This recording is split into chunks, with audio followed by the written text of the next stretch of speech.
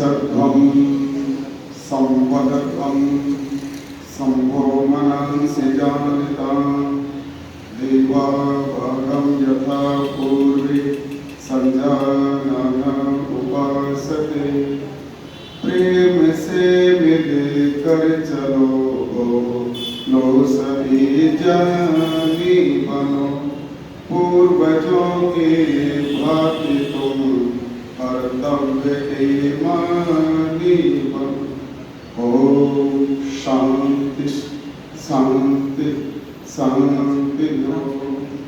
अनंत कोटि ब्रह्मांड के रचिता प्यारे प्रभुदेव को नमन करते हुए आज यहाँ आरिस्मा सेक्टर 7 फरीदाबाद के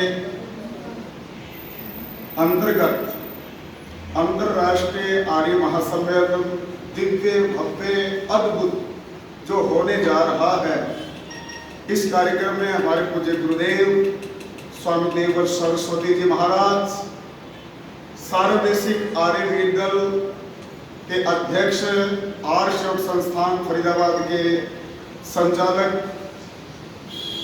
यहाँ मेरे बहुत ही सम्माननीय माननीय आचार्य ऋषिपाल जी, और जिनको अभी आप सुन रहे थे, क्योंकि मैं तो बहुत नजदीकी से पिछले 35-40 वर्षों से साथ में काम करने का सौभाग्य भी प्राप्त हुआ है। माननीय भाई विनय आर्य जी, आर्य प्रतिनिधि सभा दिल्ली के महामंत्री, सार्वदेशिक आर्य विद्यालय के महामंत्री, और इस ऐसे कार्यक्रमों के रचयिता, क्योंकि चाहे वो अमेरिका हो, चाहे वो टंकारा हो, चाहे 2020 और 19 के अंदर दिल्ली का स्वर्ण जयंती पार का कार्यक्रम हो, मैंने बहुत नजदीक से देखा है इनके इन अद्भुत कार्यक्रमों को। एक एक व्यक्ति जब वहां पहुंचता तो ये सोचता है कि इस पूरी की पूरी प्रक्रिया के पीछे किसका दिमाग काम करता है, तो उसमें भाई विनय आर्य जी हैं। जोरदार ताली हो जानी चाहिए।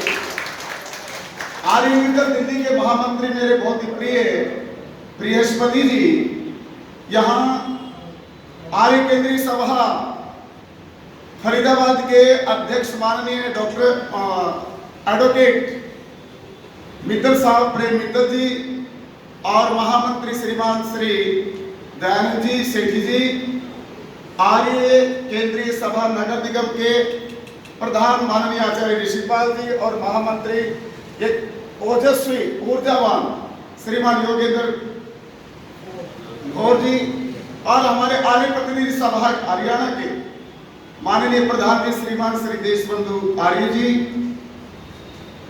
यहाँ उपस्थित समस्त आचार्यगण, शास्त्रीगण, आर्य समाज के प्रतिनिधि, पूजनीय मातृशक्ति, ब्रह्मचारियों, मैं आप सबको पहले नमन करता हूं।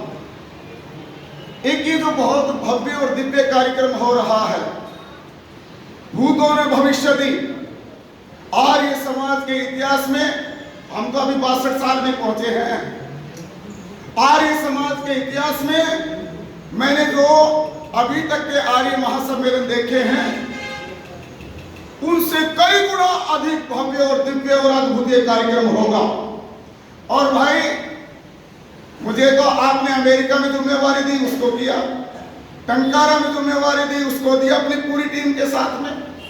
अब आपने जो जिम्मेवारी दी है, 25 लोग तो मेरे 24 घंटे वहीं पे उस कार्यक्रम को बढ़िया तरीके से झाड़ बूटी लगाएंगे। हमारे आर्य विद्यालय के हजारों नौजवान पूज्य गुरुदेव के सानिध्य में काम करेंगे, लेकिन उसके साथ में ओम शिक्षा संस्कार स्कूल, आर्य समाज ओम योग संस्थान, आर्य वेद प्रचार संस्थान की ओर से 4 बसें हम लेकर के जाएंगे, यहाँ से 4 बसें, और जो हमारी आप ड्यूटी लगाएंगे, क्योंकि टंकारा में भी विनय भाई जी ने एक बात कही थी कि एक एक व्यक्ति अपने अपने कार्य को करे। आज भी उन्होंने इस बात को दोहराया है, तो निश्चित रूप से हमारे कार्यक्रम सफल होंगे।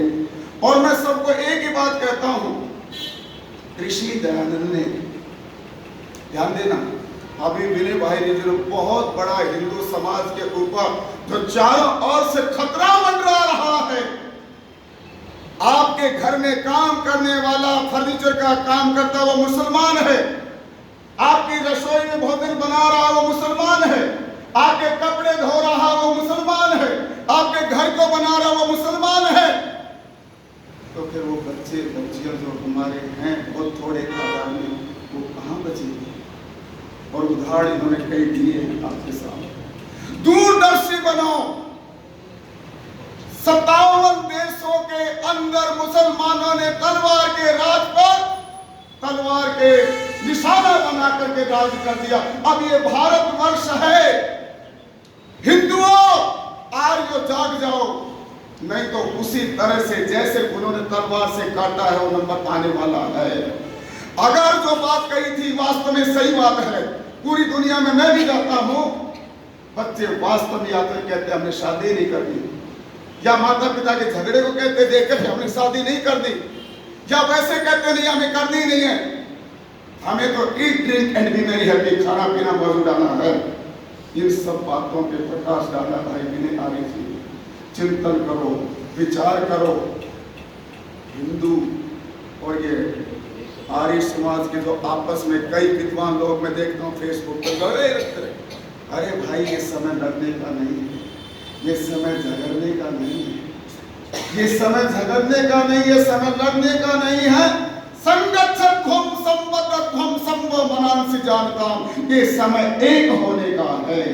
इस भारत को बचाओ, और बचाने के लिए प्रत्येक आर्य समाज, आर्य मित्तल का, आर्य समाजों का व्यक्ति एक एक निकल करके जब काम करे तो निश्चित रूप से हम जो सोच रहे हैं, जो विचार कर रहे हैं, पूरे जो विद्वान लोग विचार कर रहे हैं, सोच रहे हैं, उसमें हम चल पाएंगे।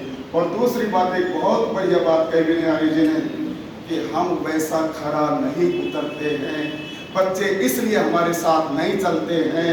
अगर हम मनसः एकाः वत्सः एकाः कर्मणः एकः साधूनां, जो मन में है वो वचन में बोलो, जो वचन में बोलो वो कर्म में करो।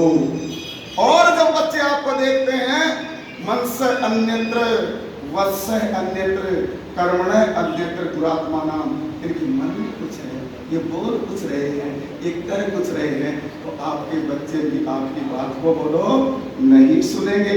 इसलिए मेरा हाथ जोड़ करके निवेदन है, हम सब एक हों और एक साथ मिलकर के, जो भाई विनय जी और बृहस्पति जी आज जिस भावना और कामना को लेकर के, ये इनका काम नहीं है। मैं देखता हूं विनय जी भाई से बात होती रहती है, सुबह से शाम तक राष्ट्र का काम कर रहे हैं, सुबह से शाम तक देश का काम कर रहे हैं, सुबह से शाम तक आर्य समाज का काम कर रहे हैं, सुबह से शाम तक ऋषि ध्यान का काम कर रहे हैं। तो इनका कोई अपना काम है क्या? जब उस सम्मेलन में आप जाओगे तब समझ में आएगा विनय जी क्या कर रहे थे, इनकी पूरी टीम क्या कर रही थी। तो भाई मैं तो इतना ही बात कहूंगा, विनय भाई आज से नहीं, ध्यान देना एक बात का, मैं बात को खत्म कर रहा हूं, मैं कोई प्रवचन नहीं दे रहा यहाँ पे। हम 1990 के दशक में पूज्य गुरुदेव बैठे हैं स्वामी देव सरस्वती जी महाराज, सिरमौर हिमाचल के अंदर पूज्य स्वामी ब्रह्मचारी आचार्य नरेश जी के लिए हमारा साधना का कैंप लगाया, और उस साधना के ऊपर जो साधना स्थली थी उसमें एक साधना का 15 दिन का कैंप आयोजित किया गया। और वहां कुछ समस्याएं आ गई खाने के लिए, कुछ समस्या आ गई रहने के लिए, कुछ समस्या उस प्रकार की आई। तो मैं विनय भाई की बात कर रहा हूं, ब्रह्मचारी राज सिंह जी की बात कर रहा हूं। हमने पूज्य गुरुदेव को कहा, हम तीनों लोगों ने मिलकर के, क्योंकि उस समय ड्राइविंग यही जानते थे, और एक एम्बुलेंस होती थी, सिरमौर से इन्होंने गाड़ी को चलाया, ब्रह्मचारी राज सिंह जी और हम आर्य समाज सोलन में गए, वहां प्रचार किया। हमने वहां पर आटा, दाल, चावल, तेल को इकट्ठा किया, और जो शिविर में थे उनके पास ला करके उस खाने पीने की व्यवस्था की। मैं जब से मेरे भाई को जानता हूं कि किस प्रकार का कर्मठ और किस प्रकार से काम करने वाले, तो मैं आप सबको यही कह रहा हूं, पैसे की किसी के पास कोई कमी नहीं है, कोई कमी नहीं है, लेकिन अब दिल खोल दो इस सम्मेलन के लिए।